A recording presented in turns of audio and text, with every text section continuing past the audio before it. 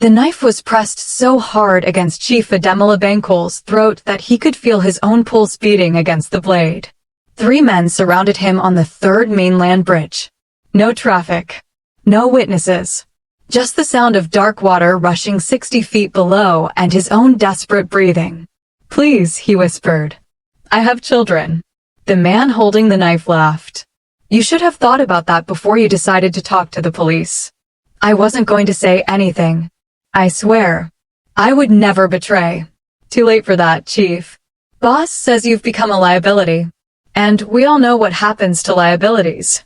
Behind them, car headlights suddenly flooded the bridge. A woman's voice rang out through the darkness. "EFCC. Drop your weapons. You're surrounded." For a moment, nobody moved. The knife pressed harder. Blood began to trickle down Ademola's neck. Then the man whispered in his ear, "If we can't have you, no one can." And he shoved. Ademola's feet left the ground. His hands grabbed at air. He saw the bridge railing disappear behind him. Saw the night sky spinning. Saw his entire life flashing before his eyes in the 3 seconds it took for gravity to pull him toward the black water below. But this wasn't where the story began. To understand how Chief Ademola Bankole, one of Nigeria's wealthiest men, worth $2.3 billion, ended up with a knife to his throat on a Friday night, we need to go back 30 years. Back to when he was just a broke university graduate selling recharge cards on the streets of Lagos. Back to when he made one desperate decision that would trap him in a cage he could never escape. Back to the beginning of a double life that would last 12 years and destroy everything he thought he'd built. Because every Friday, like clockwork, Chief Ademola Bankole disappeared. His wife didn't know where he went. His security detail didn't know. His business partners didn't dare ask. For 12 years, every Friday at 6 p.m., he would dismiss his driver, get into his personal SUV, and vanish until Sunday morning. No calls. No texts. No explanations. Everyone assumed they knew his secret. A mistress. A second family. Some expensive vice that rich men indulge in when they think money makes them invisible. But they were all wrong. What Chief Ademola Bankole did every Friday was far worse than adultery. Far more dangerous than any affair. And the truth, when it finally came out, would destroy not just him, but everyone connected to him. This is the story of how one choice made in desperation became a prison sentence that lasted 30 years. This is the story of the billionaire who disappeared every Friday. And this is how it all began. To understand what happened on that bridge, we need to go back. Way back. To a time before the mansions, before the private jets, before the title of chief. Back to when Ademola Bankole was just a broke university graduate with nothing but ambition and a conscience he would later learn to ignore. The year was 1994. Nigeria was under military rule. The economy was brutal. Jobs were scarce. Ademola had graduated with a degree in civil engineering from the University of Lagos, but like thousands of other graduates, he found himself unemployed and desperate. He lived in a face-me-I-face-you compound in Bariga with his widowed mother and 2 younger sisters. His father had died 3 years earlier, leaving them with nothing but debt and shame. As the only son, Ademola carried the weight of his family's survival on his shoulders. He applied for jobs everywhere. Construction companies, government ministries, oil companies. Nothing. The few interviews he managed to get always ended the same way. "We'll call you." They never did. By his 6th month of unemployment, Ademola was selling recharge cards by the roadside to make ends meet. His university mates who saw him pretended not to recognize him. Some laughed. Some pitied him. But none of them helped. One evening, while Ademola was sitting at his recharge card table, a man in an expensive suit approached him. The man looked about 40, well-fed, with the kind of confidence that comes from having money. "Are you Ademola Bankole?" the man asked. Ademola looked up suspicious. "Who is asking?" "My name is Chief Ogundil. I knew your father." Ademola's expression hardened. His father's name was associated with debt and disappointment. "I don't owe you any money." Whatever my father borrowed died with him. Chief Ogundil smiled. I'm not here to collect debt. I'm here to offer you an opportunity. I'm not interested in whatever you're selling. I'm not selling anything. I'm offering you a job. A real job. Good money. But it requires someone I can trust, and your father was a man of his word. I'm hoping you are too. Ademola studied the man's face, searching for the trap. There was always a trap. What kind of job? Meet me tomorrow at this address. Chief Ogundil handed him a card. Come alone. If you're interested in changing your life, be there at 10 a.m. If not, throw the card away and continue selling recharge cards for the rest of your life. He walked away before Ademola could ask more questions. That night, Ademola barely slept. His mother noticed his restlessness. What is troubling you? He told her about the encounter. She was quiet for a long time before speaking. Your father knew many people. Some good, some not good. Be careful which path you follow, Ademola. Money that comes easy often costs more than it's worth. But Mama, we have nothing. My sisters need school fees. You need medication. I can't keep living like this. I know, she said softly. I know you're suffering. But promise me one thing. Whatever you do, whatever choices you make, don't lose yourself in the process. He promised. But promises are easy to make when you're desperate. Keeping them is the hard part. The next morning, Ademola took a bus to the address on the card. It was a warehouse in Apapa, near the port. The area was industrial, loud, filled with trucks and shipping containers. Not the kind of place you'd expect to find legitimate business. Chief Ogundil was waiting inside the warehouse, along with 3 other men. They all looked like they belonged to a world Ademola had only heard about in whispers. The kind of men who didn't ask for things. They took them. Ademola, welcome. Chief Ogundil gestured to a seat. I'll be direct. I need someone with engineering knowledge. Someone who can read construction plans, understand structural integrity, and keep his mouth shut. Are you that person? That depends on what you need it for. I'm in the import-export business. Sometimes, shipments come in that needs special handling. Special storage. I need someone who can help me build secure locations. Hidden. Untraceable. Ademola's stomach tightened. What kind of shipments? The kind that make people very rich or very dead, depending on how smart they are. The air in the warehouse suddenly felt thinner. Ademola knew he should stand up and walk away. This was exactly the kind of opportunity his mother had warned him about. But his mind flashed to his sister's school fees, to his mother's medication, to the humiliation of selling recharge cards while his mates drove cars and wore suits. How much are we talking about? Ademola asked. Chief Ogundil smiled. 500,000 naira for the first job. If it goes well, we can discuss longer arrangements. 500,000 naira. That was more money than Ademola had seen in his entire life. That was enough to change everything. What do I have to do? Design a concealment space inside a warehouse. Something that customs agents won't find even if they search for a week. Can you do that? Ademola's mind was already working. He understood structures, weight distribution, false walls. Technically, it wasn't difficult. Morally, it was a different question. Yes, he heard himself say. I can do that. Good. You start tomorrow. That was how Ademola Bankole sold his soul. Not for millions. Not for billions. For 500,000 naira and the promise of more. The first job was exactly as described. He designed a false wall system inside a warehouse that could hide shipping containers behind what looked like a solid concrete structure. It was brilliant work. Even he was impressed with himself. Chief Ogundil paid him in cash, counted out in front of him like a drug dealer in a movie. Ademola had never held that much money before. His hands trembled as he packed it into a bag. You did good work, Chief Ogundil said. I have more jobs if you're interested. Ademola knew he should say no.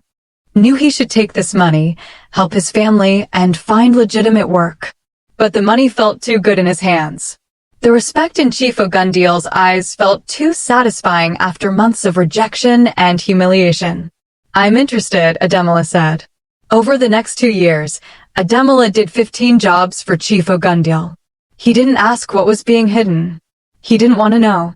He designed hidden rooms, false bottom containers, secret compartments in vehicles. He became very good at making things disappear. And the money kept coming. He moved his family out of the face me I face you compound into a proper flat. Paid his sister's school fees for 3 years in advance. Bought his mother medication and furniture. Started dressing better, eating better, feeling like a man instead of a failure. But success has a way of making you careless. And carelessness in a dangerous business is fatal. It was a Friday evening in 1996 when everything changed. Ademola was at one of the warehouses doing final checks on a concealment job when he heard voices arguing in the next room. He recognized Chief Ogundil's voice, but the other voice was unfamiliar and angry. You promised me protection. You promised no police would touch my shipments.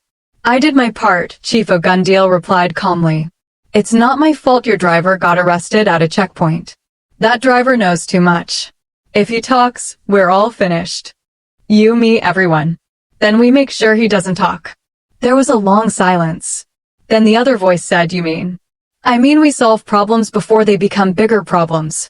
Ademola's blood went cold.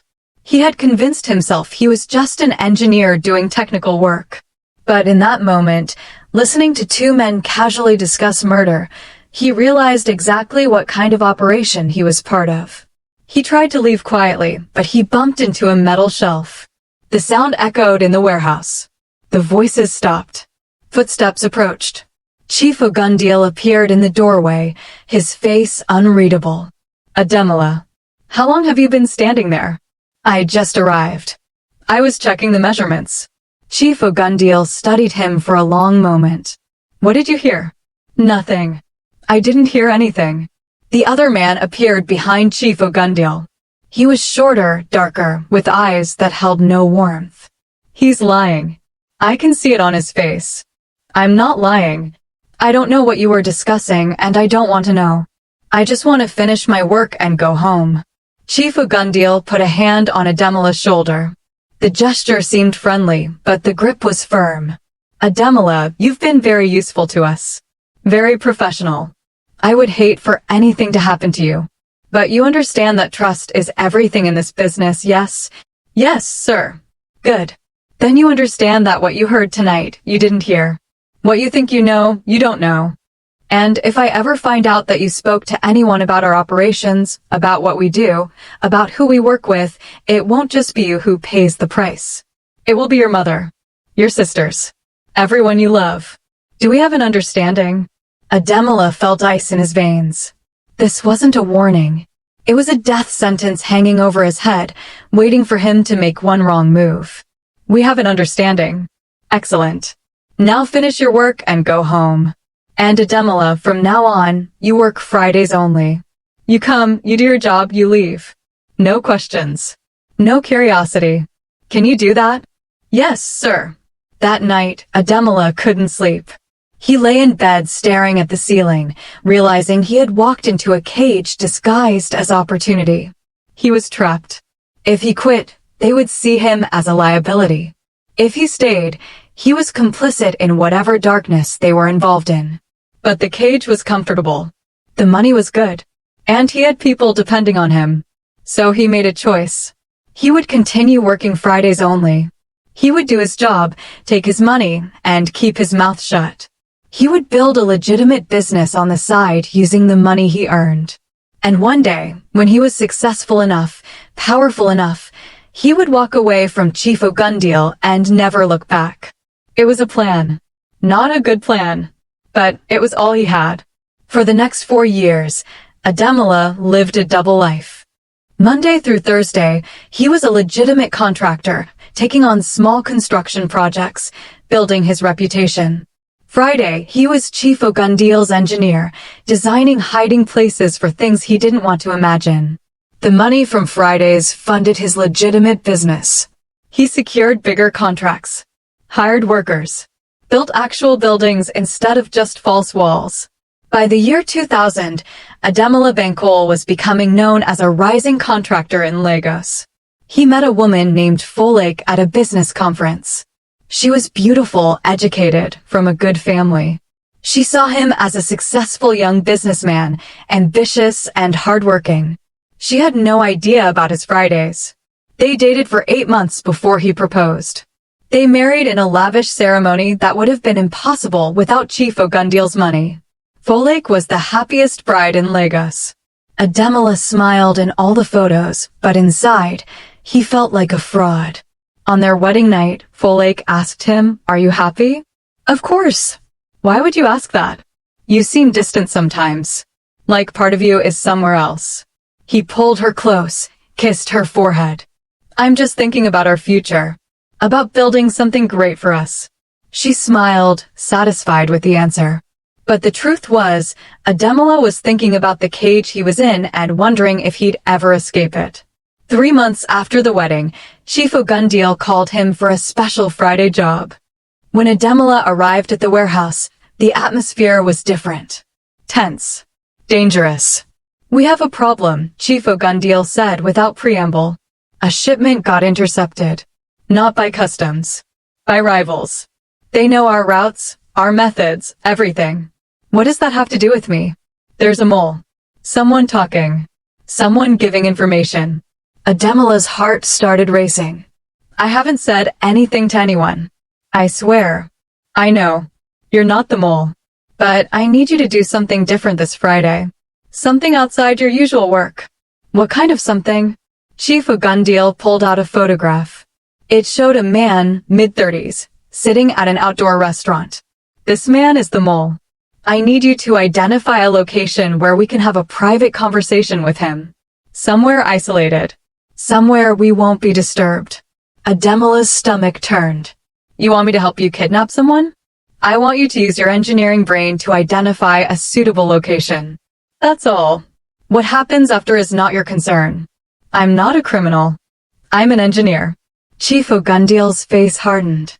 "You stopped being just an engineer the day you designed your first hidden room. You've been paid very well for 4 years. You've built your business with dirty money. You married your wife with dirty money. So don't stand there and pretend you have clean hands, Ademola. You're in this as deep as the rest of us." The words hit like physical blows because they were true. Ademola had told himself he was different, that he was just using bad people to fund good things. But in the end, dirty money was dirty money, regardless of what you used it for. "If I do this," Ademola said quietly, "we're done. This is the last job. After this, I'm out." Chief Ogundile smiled coldly. "You're out when I say you're out. But fine. Do this job and we'll discuss your exit." Ademola spent that Friday driving around Lagos identifying isolated locations. Abandoned buildings. Quiet areas far from main roads. Places where screams wouldn't be heard. He documented everything in a report and handed it to Chief Ogundile. "Good work," Chief Ogundile said, counting out Ademola's payment. "Double the usual amount. You've always been reliable." Ademola took the money and left, feeling filthier than he'd ever felt in his life. That night, he couldn't look his wife in the eyes. When she asked what was wrong, he blamed work stress. A week later, the news reported that a businessman had been found dead in an abandoned warehouse in Ikeja. The police suspected foul play. Ademola saw the photo in the newspaper and recognized the face from the photograph Chief Ogundile had shown him. He vomited in the bathroom and didn't stop shaking for hours. That's when Ademola Bankole truly understood what he had become. He wasn't just an engineer working for criminals. He was an accomplice to murder. His fingerprints weren't on the weapon, but his intelligence had helped put a man in a grave. He called Chief Ogundile from a payphone. "I'm done. I can't do this anymore. Ademola, we had an agreement. The agreement just changed. I'm out. Keep your money. I'll never speak about what I know. But I'm finished." There was a long silence on the other end. Then Chief Ogundile said something that chilled Ademola to his bones. "You can walk away, Ademola. But you can never be free. What you know, what you've done, it's like a chain around your neck. And I'm holding the other end. If I ever need you, you will come. If I ever call, you will answer. Because if you don't, everyone will learn about the engineer who helped criminals for 4 years. Your wife will know. Your business partners will know. The police will know. Do you understand? Ademola understood. He was trapped forever. For the next 6 years, Chief Ogundil didn't call. Ademola threw himself into legitimate business with an almost manic intensity. He won major contracts, expanded into oil and gas, made powerful connections. His company grew from millions to hundreds of millions. He and Folake had 3 children. He bought a mansion in Ikoyi, joined exclusive clubs, became Chief Ademola Bankole, titled and respected. On the surface, he was everything a successful Nigerian man should be. But every Friday, he lived with the fear that the phone would ring and Chief Ogundil would call in his debt. The call finally came in 2007. A Friday evening. Ademola was in his office preparing to go home when his private line rang. It's been a long time, Ademola. His blood went cold. What do you want? I need your help with something. Old-time sake. I told you I was done. And I told you that you're never done. Meet me at the old warehouse tomorrow. Same time. I can't. I have a family now. A reputation. I can't be involved in whatever you're doing. Then maybe your family should know what you did to build that reputation. Maybe the newspaper should know. Maybe the police should take another look at that businessman who died in 2000. Ademola's hands gripped the phone so hard his knuckles turned white. You're threatening me? I'm reminding you of reality. Tomorrow. Don't make me come looking for you. The line went dead. Ademola sat in his office for hours, staring at nothing. He thought about running, leaving the country with his family. But Chief Ogundil had connections everywhere. There was nowhere to run. He thought about going to the police. But what would he tell them? That he had been complicit in criminal operations for years and wanted protection now? They'd arrest him instead. He thought about telling Folake everything. But the look on her face, the disappointment, the betrayal, would destroy him more than any prison sentence. So he made the decision he would repeat every Friday for the next 12 years. He would meet Chief Ogundil, do whatever was necessary to protect his family, and keep his past buried. That Saturday, Ademola went to the warehouse. Chief Ogundil was there with the same cold smile. I knew you'd come. What do you want? I'm expanding operations. International now. Big money. But I need someone I can trust to handle the technical side. Someone with your skills.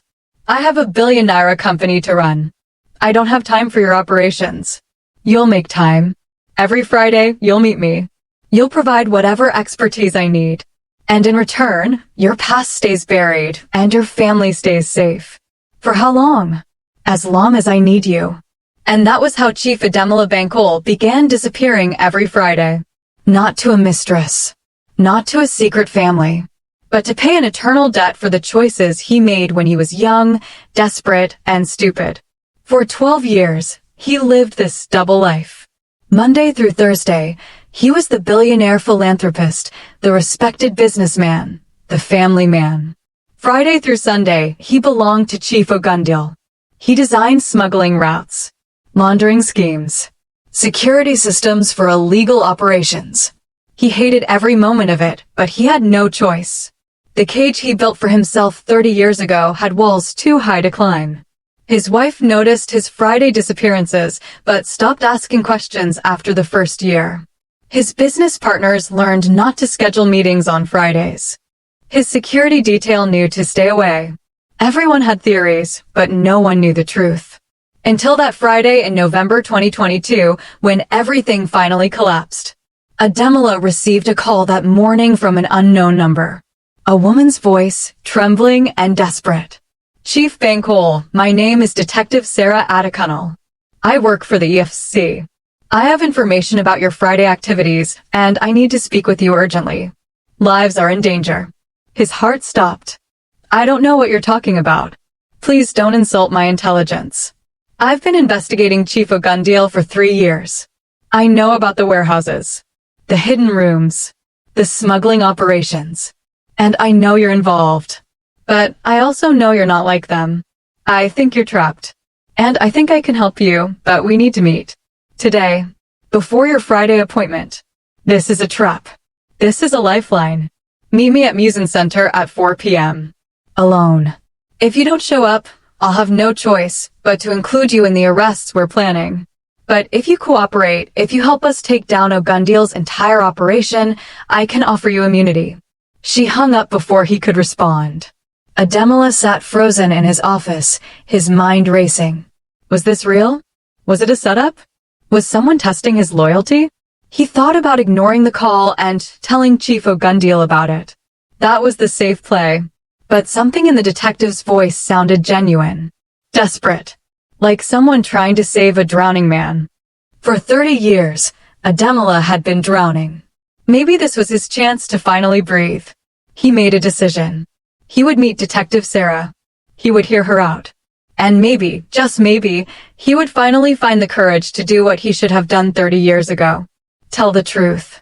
At 3:45 p.m., Ademola dismissed his driver and got into his personal SUV. He drove toward Musin Center, his hands sweating on the steering wheel. He didn't notice the black sedan following him at a distance. He didn't see the figure in the passenger seat with a phone pressed to their ear. At 3:55 p.m., Ademola's phone rang. Chief Ogundil's voice was ice cold. Going somewhere special this afternoon, Ademola? His stomach dropped. I'm just running errands before tonight. Really? Because it looks like you're heading to Musin Center. Why would you be going there on a Friday afternoon? How do you know where I am? I've been watching you for 30 years.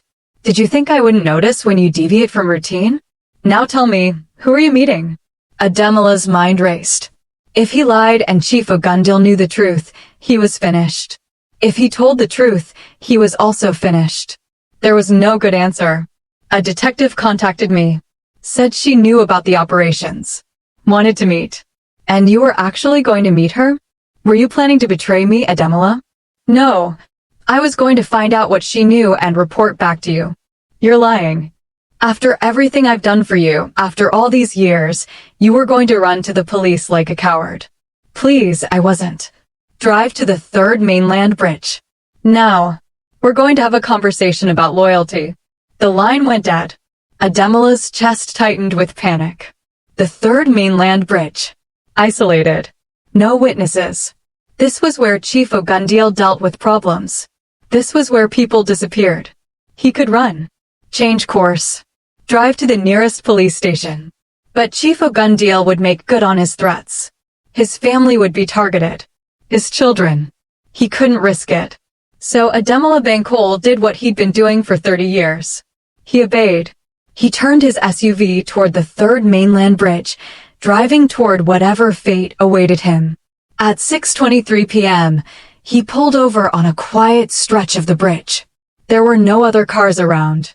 Just the dark water below and the darkening sky above. A black sedan pulled up behind him. 3 men got out. Men he recognized from the warehouse. Men who followed Chief Ogundil's orders without question. Ademola's phone rang one last time. Get out of the car, Ademola. Please, I have a family. I have children. Whatever you think I was doing, you're wrong. I would never betray you. Get out of the car. Now.